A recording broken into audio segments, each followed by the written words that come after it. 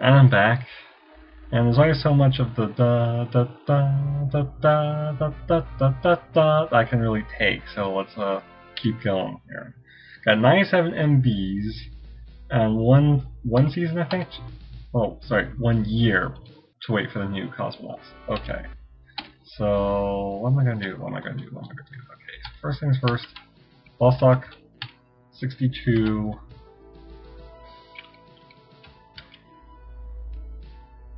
Okay. I might be able to. I might just be able to do a manned suborbital in the fall. That would be dicey, but I might try it. What I want to actually do is let's get the stuff all assembled. Let's get the mission scheduled.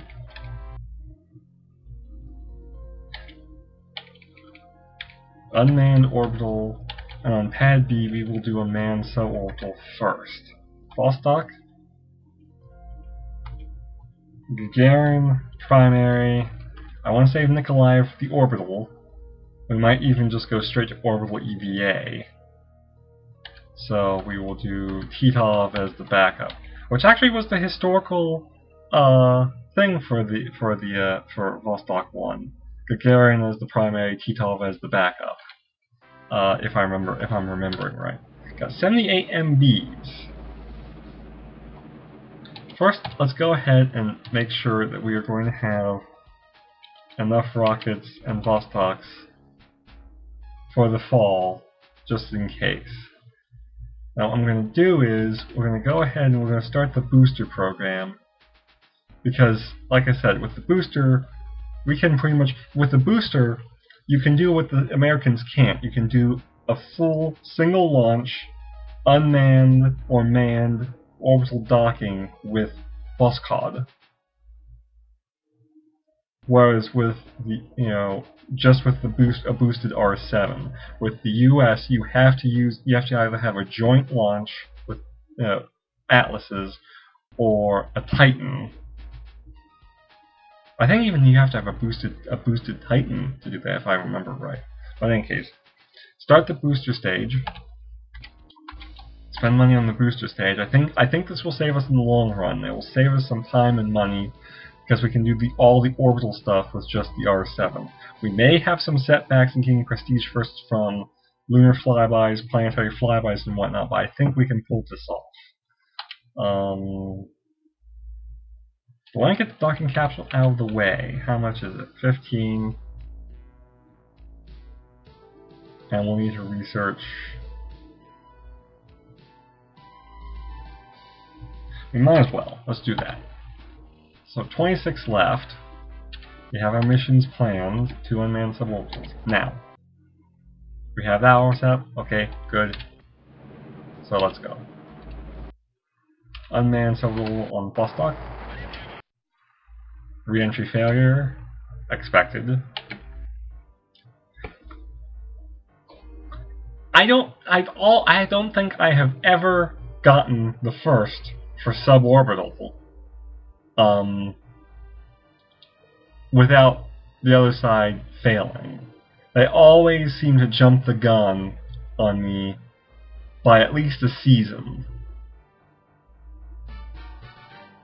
I don't know if it's because the computer difficulty is set to 3, but I don't know. I would have to be extremely lucky to do this as the US. I would basically have to get max roll R&D, Explorer and Atlas both times in the spring and the fall of 57, launch and succeed on the orbital satellite in the fall of 57, to get the extra money to get Mercury started immediately, and have enough money to get Group 1 and Mercury at the same time. But yeah, it's obviously a success. So we're not going to get that prestige first. We have to hope that we can get the orbital prestige first. instead. And again, the last 4 or 5 times I've played this game, the opposing side, whichever side I pick, the opposing side always schedules and and almost always succeeds on having manned suborbital as the first launch and a manned orbital as the last launch. Now this does answer a question I had. Whichever side you pick, the opposing side will go first. Well, actually, no. No, we jumped them. Okay, never mind. Never mind. Sorry, I jumped my gun. I got ahead of myself. I think the order is that if both sides have a launch scheduled at the same time, the same month. Ooh, they had a all systems are go step failure there. Okay. On the Earth orbital activities. I think if both sides have a mission at the same duration. No, sorry, the same month. The Soviets go first, I think. Oh, yes. Vostok safety factor plus 10. That will help incredibly. And now the news. Okay. So let's go ahead and get this done. Get this going. Get this going. Get this going. Earth orbital, suborbital, scheduled research. See, this is the problem that we come up with Vostok. That R&D is low enough that it's basically longer duration missions. It gets very, very dangerous very quickly. And 2 teams only got 3%. Really.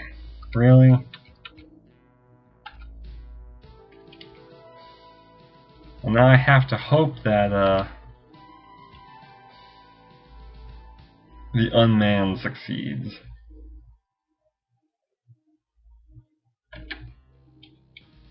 So what will I do in the fall then? Well, I mean in the spring of 61 then. Okay. I have to operate on the assumption that the suborbital will succeed, because I'm going to fall too far behind if it doesn't. So if I'm operating on that assumption, pad A, we will do another manned suborbital on another manned suborbital.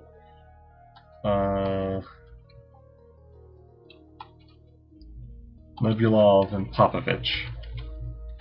And then we're going to try and shoot the works, go straight to the manned orbital EVA on Vostok. Nikolaev primary, Komarov backup.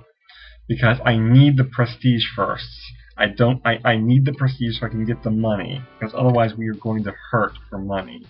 The US is going to just obliterate us.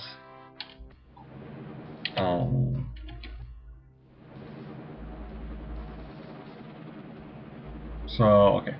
So I'll do the unmanned suborbital, and then I'll cut it when we're about to do the manned suborbital. See if Gagarin lives or dies. Okay, so that was a successful manned Earth orbital mission. That's every percentage point counts at this point. 76% is excuse me, is hardly enough, but you have to take what you're given. You have to take chances at this. So I'm going to cut here. I'll be right back.